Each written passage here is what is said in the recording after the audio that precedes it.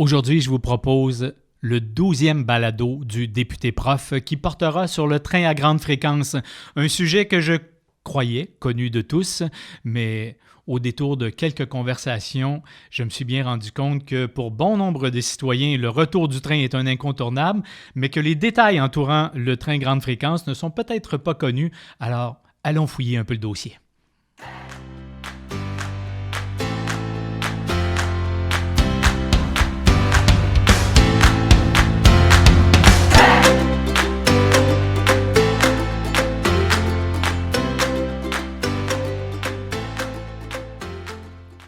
Salutations à toutes et à tous, Robert Aubin au microphone du Balado Prof qui vous souhaite la bienvenue pour cette 12e balado qui portera sur le train à grande fréquence. Curieux quand même que je n'ai pas pensé faire ce balado plus tôt, même que je vous dirais que depuis quelques semaines trotte dans ma tête ce vieil air de Glenn Miller, Chattanooga Choo Choo, et je me dis tiens, à temps perdu, je devrais faire une version toute québécoise et francophone de ce succès pour promouvoir le train à grande fréquence parce que je vous avoue que depuis bientôt 8 ans, sous l'administration conservatrice et sous l'administration libérale présentement, j'ai vraiment utilisé l'ensemble des moyens parlementaires à ma disposition pour interpeller le gouvernement et tenter de mettre le maximum de pression pour que ce projet voie le jour. À titre de statistique et d'un bref retour historique, je vous dirais qu'il faut remonter à 1990 pour voir arrivé à la gare de Trois-Rivières rue Chamflour, le dernier train passager. 1990. Beaucoup plus récemment dans l'histoire, mais triste souvenir encore, je me rappelle d'une rencontre avec l'ancien PDG de Via Rail, M. Desjardins Siciliano, qui nous disait qu'avec un coup de pouce, c'est-à-dire un feu vert du gouvernement, le projet pourrait se mettre en branle en 2017 et voir son premier tronçon être en fonction en 2019. Or, on est aujourd'hui en 2019, à la veille d'une élection, et tout ce qu'on a réussi à obtenir de la part des libéraux, c'est une multitude d'études sur le projet qui, par ailleurs, fait largement consensus. On se rappellera que l'éternelle bataille entre le corridor qui devait peut-être passer sur la rive sud ou sur la rive nord est une question résolue avec le projet de train grande fréquence de Via Rail. Mais comment se fait-il que je n'ai pas pensé en parler avant? Parce que je m'étais imaginé que tout le monde savait exactement de quoi on en parlait. Or, quelques conversations à bâton rompu autour d'un dîner, autour d'une pause café, en rencontrant des gens dans des parcs, dans des événements cet été, me font bien voir que tout le monde est derrière le retour du train, mais que tout le monde ne sait pas nécessairement, je dirais, les détails ou la finalité du projet de train grande fréquence de Via Rail. Alors, pourquoi un train grande fréquence et quelle est la différence entre train grande fréquence ou train grande vitesse?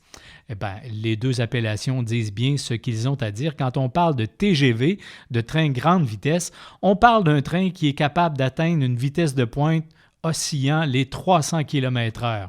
On parle d'un train alors qui doit être totalement reconstruit sur de nouvelles assises qui favorisent la ligne droite, qui empêchent les vibrations, permettant au train d'atteindre ses vitesses. Et vous imaginez bien, voilà ce que je voulais dire, vous imaginez bien que si un train en partance de Québec vers Toronto devait atteindre la vitesse de 300 km/h, vitesse de pointe, il atteindrait possiblement cette vitesse autour de Trois-Rivières. Alors, on comprend aisément qu'il n'arrêterait pas à Trois-Rivières puisque ce serait du même coup couper l'avantage de ce train grande vitesse qui n'irait pas à grande vitesse. Alors, grande fréquence, ça veut dire quoi? Ça veut dire qu'on met en place un train sur les assises actuelles mises à jour, bien sûr, mais pour un train plus classique ou plus conventionnel qui peut quand même atteindre des vitesses de pointe autour de 177 km/h, ce qui nous garantit des tronçons comme Trois-Rivières-Montréal ou Trois-Rivières-Québec en dessous de 60 minutes, autour de 50-55 minutes, confortablement assis, service Wi-Fi, service de repas, avec possibilité de vous détendre ou de travailler, c'est selon la raison de votre déplacement, et avec une plus grande multitude de départs et arrivées à chaque jour. On parle de possiblement 15 départs et arrivées chaque jour. Ce qui vous permet, par exemple, de penser aller étudier dans un grand centre, avoir une réunion d'affaires dans un grand centre, provenir d'un grand centre pour venir nous faire partager votre expertise de travail parce qu'à Trois-Rivières, on est aussi en pénurie de main-d'œuvre. Tout ça confortablement assis en 50 minutes, ça change la donne et il se peut que vous puissiez planifier des modifications à votre agenda quotidien parce que si votre réunion se termine plus tard, vous savez que vous n'êtes pas pris pour rester dans la ville où vous êtes arrivé parce que vous aurez un autre départ qui vous permettra de vous ramener à la maison. Alors voilà la grande différence entre les grandes fréquences, plus de départs et arrivées par jour, et la vitesse pure que pourrait nous offrir un TGV. L'autre avantage du TGF, c'est d'avoir mis fin à cette lutte qui a duré pendant plusieurs années entre doit-on mettre un corridor sur la rive sud du fleuve Saint-Laurent ou sur la rive nord. Dans le projet de TGF de Via Rail, on garantit également pour le train qui passe déjà sur la rive sud, par exemple par Drummondville, une augmentation de la fréquence. Donc, tout le monde sera parfaitement bien desservi par les projets de train de Via Rail. Et rappelons que ce TGF, qui devrait relier Québec à Toronto, voire même à Windsor, on a toujours parlé du célèbre corridor Québec-Windsor, il faut se rappeler que ce corridor, c'est le plus densément peuplé au Canada. Et que si on n'arrive pas à mettre en place une infrastructure de trains passagers digne du 21e siècle dans ce corridor-là, je vois mal comment on va pouvoir planifier le développement du train passager pour le reste du Canada. Autre particularité fort importante de ce projet de TGF, le projet prévoit un corridor dédié aux passagers. Qu'est-ce que ça veut dire très concrètement? Ça veut dire qu'actuellement, le Canada est un des rares, sinon le seul pays de l'OCDE qui a un service de train passager où les passagers passent après le transport de marchandises.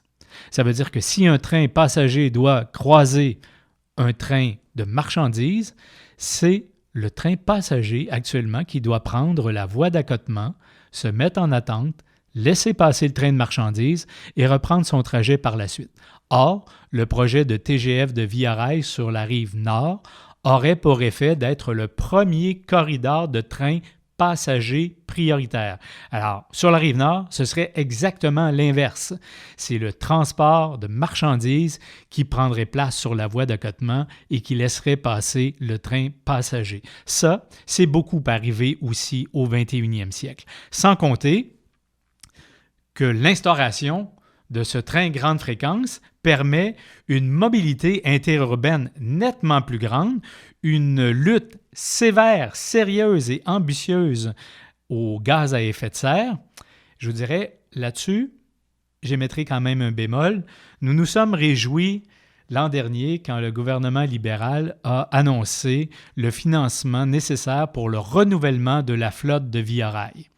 On espérait bien y voir des trains électriques ou, à tout le moins, des trains bimodes, c'est-à-dire des trains qui peuvent ou bien fonctionner à l'électricité lorsque le réseau le permet, ou bien fonctionner au diesel là où les tronçons ne le permettraient pas.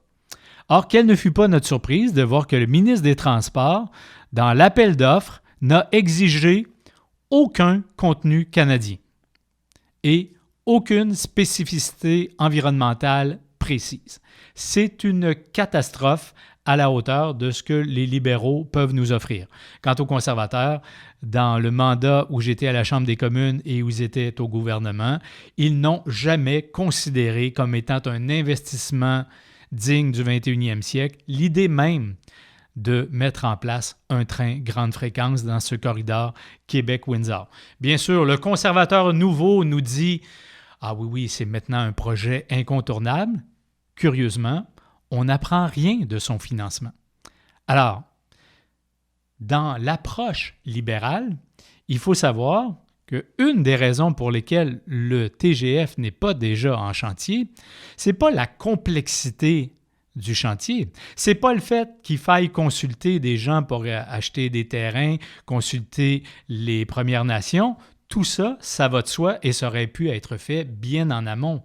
La difficulté des libéraux, c'est qu'ils souhaitent financer le projet de train grande fréquence par leur banque d'infrastructure, autrement dit, par des intérêts privés. Et qui dit intérêt privé dit rendement sur l'investissement que les entreprises privées seraient amenées à faire. On a déjà entendu le président de la Caisse de dépôt du Québec de dire que si la Caisse investissait dans un projet comme celui-là, elle s'attendrait à avoir un retour sur son investissement autour de 7 à 9 %, ce qui est à des années-lumière du pourcentage d'intérêt que doit payer le gouvernement sur un emprunt pour un projet qui se ferait sur du financement public. Or, on nous dit, oui, mais il faut être sérieux. On parle d'un projet de 4,5 milliards de dollars. Ça prend un minimum d'études. On les a, les études, et elles sont concluantes. Et curieusement, comment se fait-il que ça prend plus de 4 ans au gouvernement libéral pour approuver un budget de 4,5 milliards de dollars, alors qu'il aura suffi de quelques semaines après à peine pour approuver au Conseil des ministres la même dépense de 4,5 milliards pour l'achat d'un vieux pipeline. Alors, il y a vraiment là des choix de priorité qui divergent. Chez nous, au NPD, l'approche est claire. On dit les études ont été concluantes, l'élection d'un gouvernement néo-démocrate garantit la première pelletée de terre dans la première année du mandat et le projet de train grande fréquence se réalisera sur du financement public. La position des conservateurs? On attend toujours. Il y aura vraisemblablement un train grande fréquence. On y croit beaucoup, soudainement. Mais je vous dirais que le conservateur nouveau, c'est un peu comme le vin nouveau. On se rappellera peut-être qu'il y a quelques décennies, il y avait ces immenses fêtes autour du Beaujolais nouveau et du vin nouveau, où on faisait la file à la Société des alcools pour se procurer ce nectar, qui était, ma foi, relativement proche de la piquette.